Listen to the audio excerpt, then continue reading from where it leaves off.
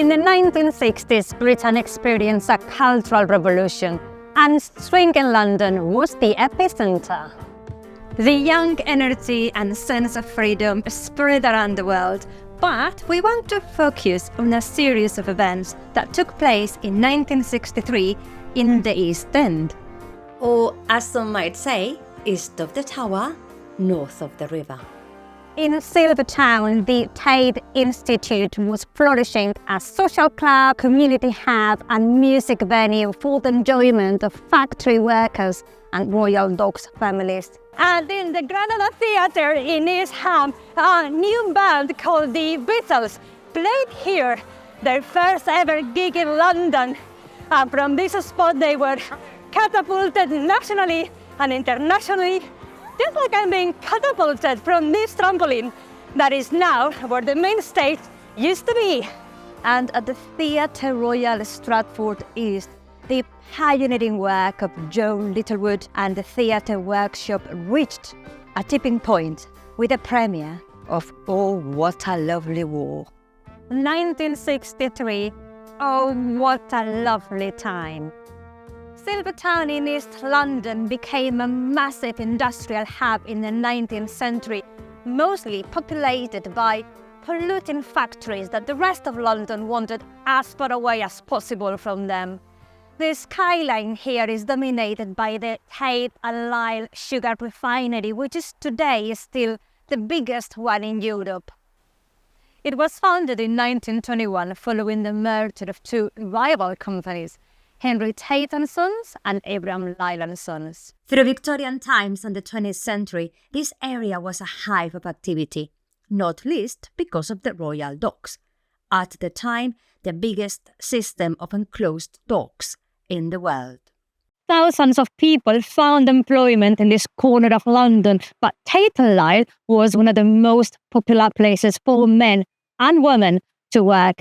Best wages, good bonuses 3 times a year, a nurse and a medical facility on site, and a smashing social life at the Tate Institute. People like Henry Tate made a lot of money running businesses in this working class, less affluent area, felt the right to give back to the community. So in 1887, Henry set up the Tate Institute in here, opposite the main entrance to the Silvertown factory. He wanted it to be a social club for the recreational benefit of the industrial classes of Silvertown. And it wasn't just social activity, it wasn't just entertainment, it was educational as well. The people who founded these places wanted to improve the conditions. You know, East Ham was relatively poor, lower middle class. West Ham, a lot of West Ham was definitely poor. But there were people who wanted to improve themselves, and there were benevolent philanthropists who definitely wanted to put their money into things that would improve the conditions of people. The Tate Institute closed in 1933, and for many years it was also used as a local library. But by 1963 it was once again a vibrant community and social hub for the Tate and Lyle factory workers and their families, including the family of local journalist Colin Granger.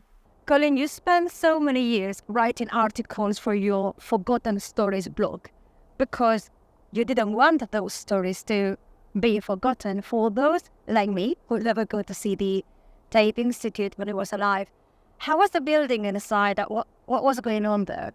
It was absolutely massive and was a big part of the community. It could accommodate up to 800 people, and apparently had 9 toilets, if you could believe that. But it also had a billiard room and a snooker room. Loads of different things were held there, from dances to entertainment events, hired out to people, local people for celebrations and stuff like that. And the Tate and Lyle sports team was based there, along with their cricket and football teams. As I said before, it's just a massive part of the community for many years. Somebody who had a lot of fun there, I believe, was your Auntie Jill, and you have collected some of the memories she actually wrote about it. She wrote a lot of memories about different things in her life. The Tate Institute was a big part of her life. She said it was one of the venues that kept factory workers and dockers young at heart. They came not only from North Woolwich, Silvertown, but also Woolwich, Kent, Canning Town and other parts of East London and Essex. Many would come by steam train or come by the Woolwich Foot Tunnel or a Woolwich ferry. And she said We had so many wonderful nights at the Institute. It was an evening out that was full of joy and laughter, and you could just forget yourself for a few hours dancing to live music. We felt so lucky to have this place in our lives. What would you have seen in the 60s Newham? What was the industrial landscape? Well, the docks were still thriving. The docks were massive, and the dock sides and the river sides, the Lee and the Thames, were lined with industries which were still working hard, belching out smoke and steam and employing thousands and thousands of local people. And a lot of those industries were what you call noxious industries. So they were all the kinds of things that Londoners didn't want right in, because remember, it was still in Essex. And all those noxious industries like paint manufacture, varnish, slaughtering animals and stripping their carcasses, boiling them down for glue, processing fat, printing, ink making, dyeing, all those kind of industries that London didn't want had come across the Lee in the late 1800s and were still there, churning out whatever they were churning out. The docks themselves were still the hub of empire, although the empire was disappearing, but they were still the centre of world trade, if you like. Biggest enclosed docks in Europe, ships coming and going, bringing in raw materials by the millions of tons and taking out manufactured goods. A lot of that world has disappeared, but some factory workers and dockers from those days, now retired, still meet up frequently in here at the local branch of the British Legion, and they too have memories to share.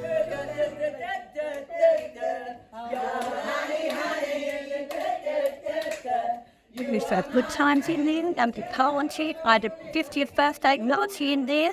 We used to have Halloween parties in there. And we had long service awards in there. It was a good place to go. And then they shut the place down, so there's nothing down in there. But I've had some brilliant times in there.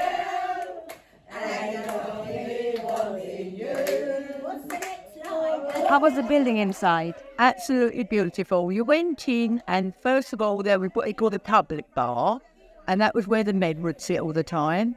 And then on special occasions, like weddings and birthdays, that's when you find the big hall to the right-hand side. And we had very, very good memories there.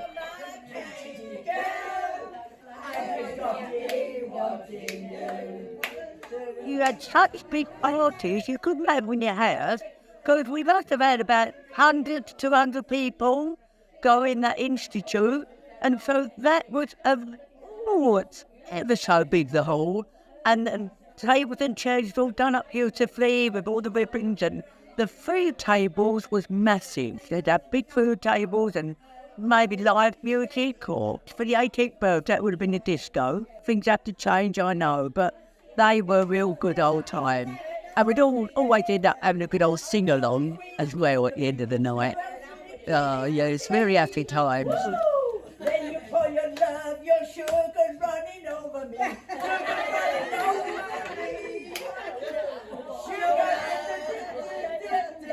Oh, honey, honey, you are my Tate girl, and you got me wanting you.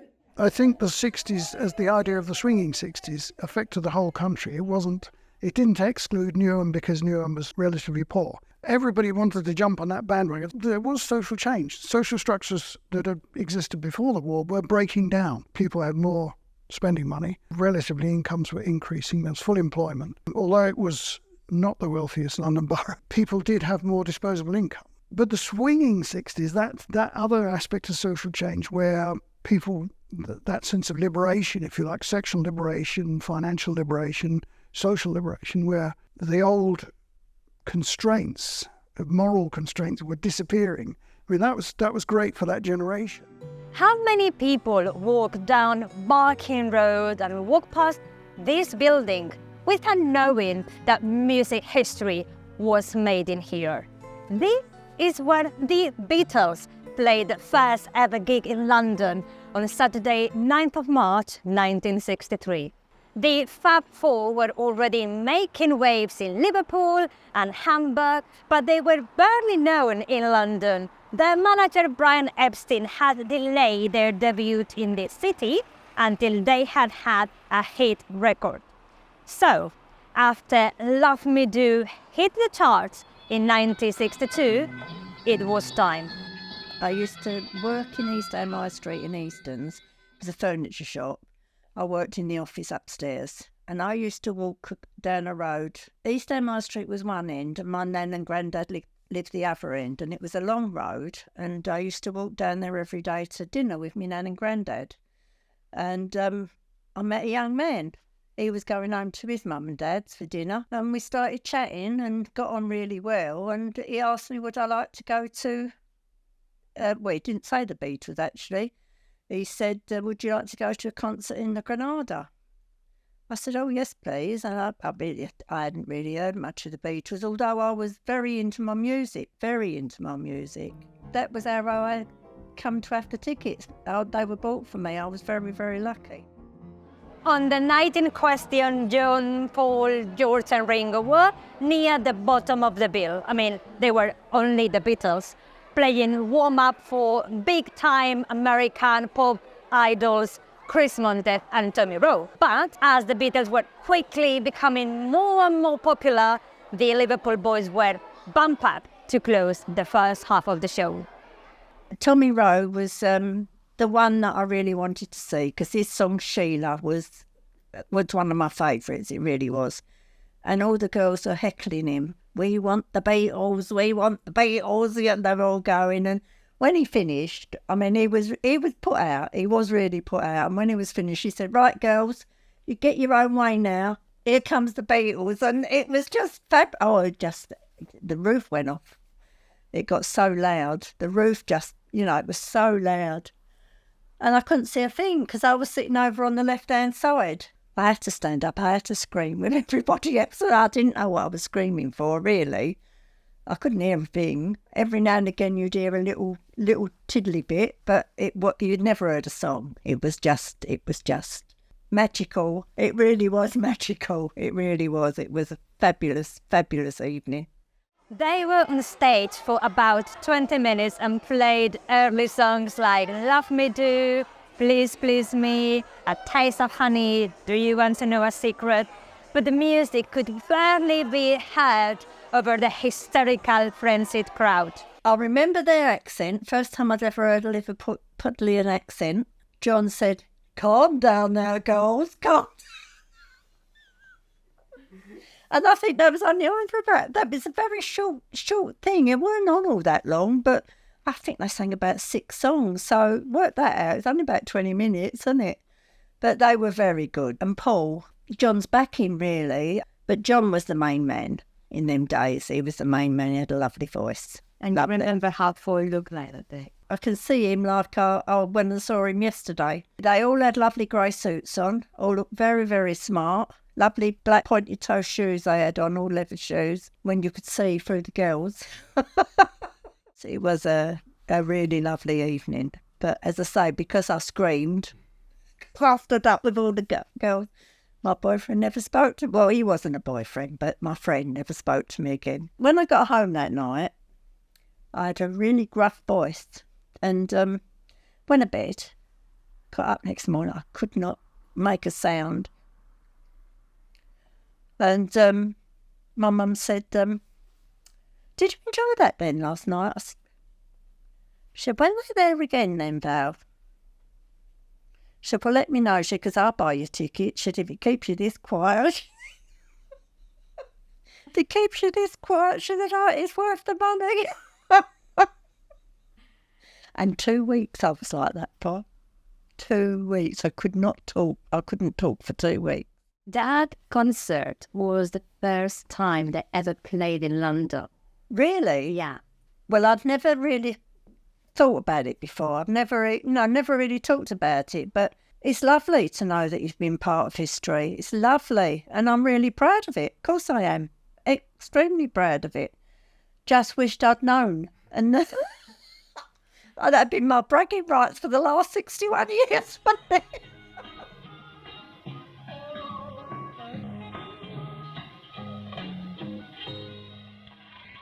I wanted to know more about this hidden treasure, so I went there to meet Sobra Newman, who knows a lot about its history. Well, once upon a time, there was a man called Alexander Bernstein, and he lived not too far from here in Ilford, and he was a developer.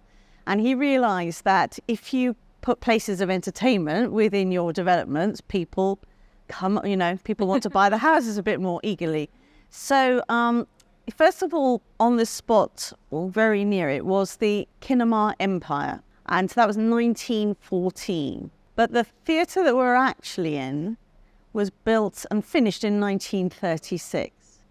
And that was built by his son, Sidney Bernstein, who could see that the future was in cinema. And he named his group of cinemas Granada, because he had been on holiday there, apparently, so the story goes. And he really liked the place, so he wanted the Granada. Now, he didn't actually outright own this. It was mainly owned by a company called Denham Studios, who ran the Gaumont cinemas. Initially, the architect was going to be a chap called William Trent, and he was being employed by the Denham group. But Sidney Bernstein could see that the future at that point was in cinema, and he wanted to make cinemas an event to visit, somewhere beautiful. And he wasn't unique in this. The Odeon did this, and all the other chains of cinemas. So he brought in a designer, a Russian designer, who had already worked for Diaghilev, and his name was Theodore Komisarjevsky. And he designed this amazing interiors for the chain of Granada cinemas. Now, we can't quite see it today. It is a little bit hidden. But there was a mighty Wurlitzer organ that used to come up from the front of the stage. All cinemas had live entertainment, and the stage was actually created so that you could have live entertainment. And it's the same stage where eventually the Beatles played. That is correct, yes. And who else played in here? So, of the big names at the time. So, behind me, we can see the name of Roy Orbison, etc. Dusty Springfield, Morecambe and Wise. Who else? Even Stephen Wonder was here. Freddie and the Dreamers. All the big names of the 1950s and 60s played here. And they also had pantomime here at Christmas. So it was a very busy venue. And what happened? Because this is not a performing venue anymore. No, sadly. Cinemas started to decline in the 1970s. And Sidney Bernstein had another interest. And that was running Granada Television. And he started this little program called Coronation Street. In 1974, this became Granada Bingo. This happened to an awful lot of cinemas throughout the 70s. The very last film that they showed here was in that year was David Essex, who's a fairly local guy, in his film That'll Be the Day. It then became a gala bingo, eventually shut down as a bingo hall. It became a church for a while, that shut down. And now we're on to what it is now, which is a trampoline park, internal. But some of the same mouldings of the building are still here. You can see them hidden under the green paint. The Beatles came back to play at the Granada on the 9th of November 1963, and by then the Beatlemania had exploded. Prior to the concert, George Martin would tell the Liverpool band that the forthcoming single, I Want to Hold Your Hand, had more than 1 million advance sales. And in Newham, the queues to buy tickets for this second gig are still remembered.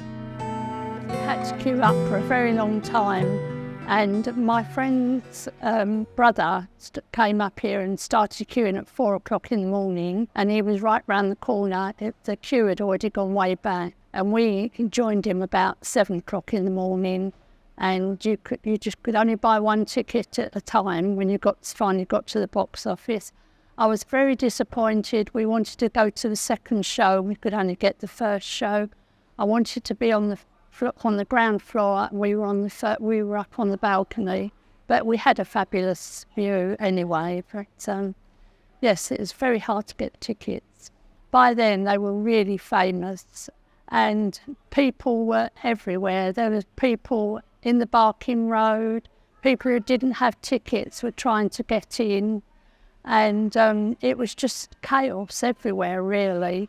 But it was a nice sort of chaos. I can remember I was so excited to see them, but I could see them really well, but you could hardly hear them because so many girls were screaming. And I also bought some Jelly Babies because we'd heard that John Lennon loved Jelly Babies. and we were throwing them, but they didn't get anywhere. They just landed on the floor, so we ended up eating them. But it was just the most wonderful feeling to be in the same building as the Beatles, and they were there in flesh in front of us. It was just, you can't explain how wonderful it was. I'm very proud of the fact that I was here watching the Beatles, and we were making history at the time. This was a really lovely place to be, to watch them. I could watch them, but I couldn't hear them so well, but that was because of all the girls screaming, and I was probably screaming myself as well. And it is a beautiful building, and, you know, it needs to be preserved.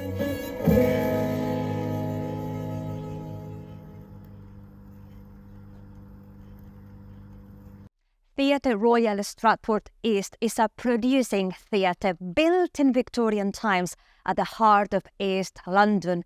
Designed by architect James George Buckle, it was commissioned by actor-manager Charles Dillon, who actually took the lead role in the play that opened this theatre in December 1884. Fast forward to the mid-20th century and enter power couple artistic director Joan Littlewood and company manager Jerry Raffles. Now, Joan and Jerry had created the theatre workshop in 1945 with the goal of involving the cast and the audience in a living event that defied the boundaries of conventional drama, mixing community and political theatre, improvisation, and working-class language. The theatre workshop was a touring experiment until 1953, when Jerry and Joan established it here, giving the theatre workshop a permanent base, but also breathing new life into what was becoming a derelict building. The actors rebuilt, cleaned and painted the theatre between rehearsals, and all but Joan and Jerry slept in the dressing rooms to save money. 19th of March 1963, 10 years after they set up in Stratford, and only 10 days after the Beatles gig at the Granada, the theatre workshop premiered Oh What a Lovely War on this stage. As well as giving a big break to names like Barbara Windsor, Richard Harris, Victor Spinetti, productions like A Taste of Honey, Oh What a Lovely War reached international audiences, won international awards, and changed British attitudes to drama.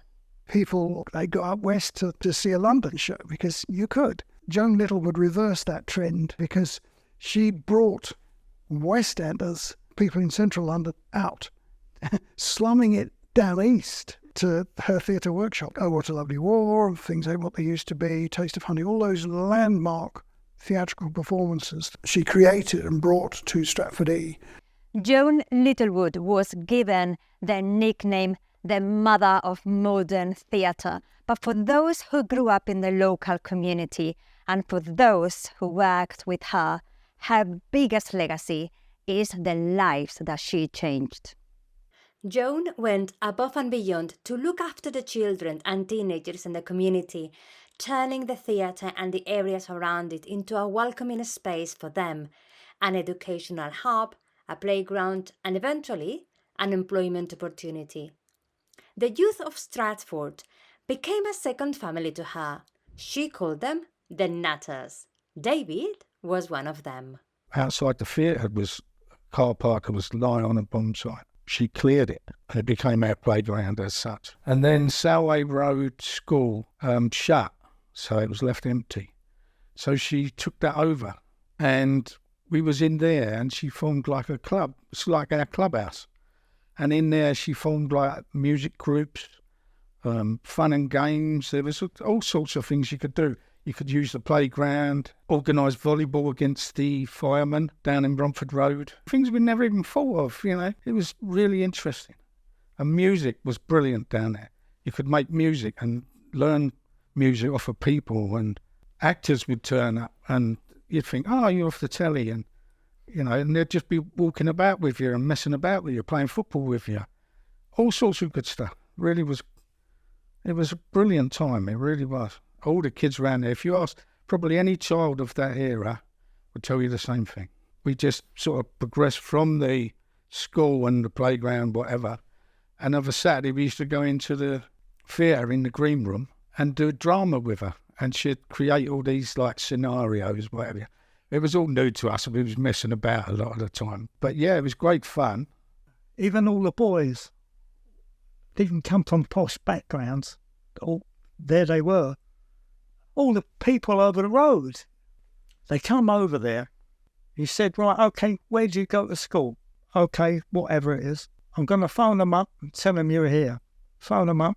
And then they said, okay, if you keep them there, that's okay. And that's what she did. And she put the boys and the girls like that above anything, any performance. As we got older, we progressed. Like I say, she got us interested in music and what have you. And then from that, we went into the theatre. We was asked if we wanted little roles doing ushering, whatever, collecting tickets. We thought it was great because we was getting paid for it as well. And then at one point, she even put us in the show, half a dozen kids. Very small part, being street urchins in, I think it was A Christmas Carol. It was brilliant. We thought, yeah, it was great stuff, you know. We got time off of school for that. We thought it was even better. She kept the boys out of trouble. And that was the thing she did that. When I was first around the theatre, there were shows that she was putting on like, Oh, What a Lovely War. Sparrows Can't Sing, one of the best ones. But she was just Joan to us kids. She was like a friend. You could go to her and you could ask her stuff. She'd tell you stuff. She'd tell you how to do stuff. Or she'd even say, here's some money, go for a train ride or go for a ride round London and learn something. Come back and tell me where a museum is and what you've learned today. You'd come back and do it. That was the interesting part. But you really didn't realise at that time how important she was in the theatre world. We heard the word improvisation. We didn't really know what it was. She invented it, apparently, in the theatre world. And I believe that's right, because I've heard that and read that a few times. But yeah, she was a fantastic woman. And unbeknown to us, a very important person in theatre. She was very humble, and you wouldn't think she was as famous as what she became, because when I first met her, all I thought she was just going to be the wardrobe mistress who was going to help me try and get into the industry in theatre work, doing scenery painting. She was just so down to earth. You could tell she really, everybody was on the same level all the time, and that's how she treated people. That's why she was so loved. She always treated the people in there, the commoners, the what's-names, better than the stars. Well, the first impression when I first met Joan was how warm she was as a person. But she was a woman, no nonsense woman. If she would tell you straight if she didn't agree with what you were doing, but in a nice way that you understood, so that you did it to the best of your ability. There was a whole working shirt, jacket, trainers on, trousers, and she had a cap on. She was in a film with Barbara Windsor, and she was outside the Stratford Royal sweeping the steps, and Barbara Windsor thought she was the cleaner, because she said to her, you want to get away from all them parts that you play in the carry-on films, because otherwise you'll never get anywhere. If you want to be a serious actress, of course, Barbara Windsor thought she was the cleaning lady. She said, what's he got to do with you anyway? Obviously you don't know who I am, but she said, I will tell you now. And she said, I'm Joan Littlewood. I said, oh, I'm so sorry, I didn't realise, but she said, I'll help you as much as I can. And she called her Little Bird. Yeah, it was quite interesting, That's why everyone loved her so much, because everybody was on the same level as her, as famous as what she was. She really wanted to make a difference and help as many people as she could. She changed my life, certainly, because I think if I hadn't met her, I would have probably ended up in prison or somewhere like that. There wasn't much for kids around, and she gave you little jobs. She gave you hope. She really did. And to say there was something else you could do rather than, just some mundane job in a factory. And she'd bring talents out of all these children. Well, Theatre Royal and Joan Littlewood, she brought all the working class into the theatre. all the people, she was lovely. Jerry Raffles eventually obtained enough money to establish a company with proper salaries, with a future in its own right, and without the need for place to be transferred to the West End to survive. But tragically, at this high point, Jerry died in April 1975 at the age of 51. Joan, in grief, left the theatre never to return. Into the 70s and beyond, the theatre has faced many challenges and the surroundings have changed drastically. But the theatre, now a Grade II listed building, continues to thrive in the 21st century. And the naming of this square after Jerry Raffles and the statue of Joan pay tribute to their impact on this place. She does need celebrating of her own life apart from the theatre, like as you say, because she was such a fantastic person, and she's not just an actress, she was so many things all wrapped into one. She wanted to make that difference, and I think it's brilliant that she's been rewarded like that with a statue, and that people we don't want her forgotten, because she made such a great difference to so many people, obviously in the theatre world, but in the local community as well.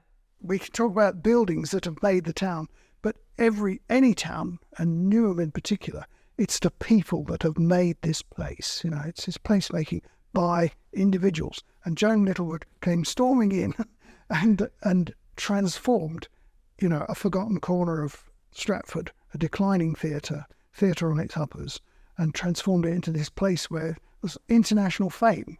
And she made a lot of enemies, but she made something wonderful and unique. There's never been anything like Theatre Workshop. The Pool of London, the Isle of Dogs and the Royal Docks once made London the most important port in the world.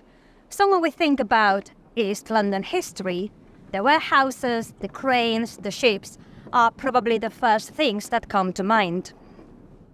We also think of Cockney sing-alongs and tight-knit communities, and the Tate Institute is a wonderful reminder of that. But there's more to it. Before the Beatles, there wasn't a massive interest for British bands around the world. The Beatles changed that, just like Joan Littlewood changed modern theatre forever. So if the East End changed the Beatles' history, then the East End is the place where music and theatre history was made. And people like Linda, like Valerie, like Johnny, like David, ordinary people who may not be in history books, now know, and so do you, that they were part of something extraordinary. And that is the beauty and the value of social history.